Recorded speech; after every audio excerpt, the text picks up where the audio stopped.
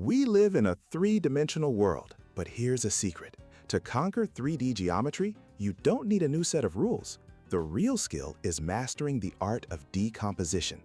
It's about taking a complex shape, like a pyramid or a box, and slicing it into simple, flat, 2D triangles you already know how to solve. The strategy is a 5-step process. First, sketch the 3D object. Draw it big and clear. Second, slice out the specific 2D plane that contains the value you need. Third, extract it. Draw that triangle separately on your page. Fourth, solve it.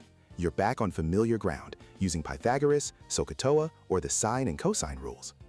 The final step is the bridge.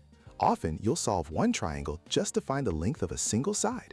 You carry that value over to the next 2D slice, allowing you to solve the next part of the puzzle. Consider finding the long diagonal inside a rectangular box, let's say 3 centimeters by 4 centimeters by 12 centimeters. First, slice the floor. You have a 3 by 4 rectangle. The diagonal across it forms a classic 3, 4, 5 right triangle, so the diagonal is 5 centimeters. That's your bridge. Now, extract a new triangle standing up inside the box. Its base is that 5 centimeter diagonal. Its height is the box's 12 centimeter height. Use Pythagoras again. 5 squared plus 12 squared is 169. The square root is 13. The long diagonal is 13 centimeters. 2 simple 2D steps.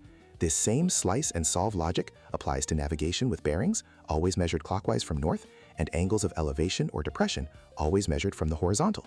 And a key tip, the angle of depression looking down at a boat is the exact same as the angle of elevation looking up from it. So, the single most important takeaway is this: never try to solve a 3D problem in your head. Draw the slices.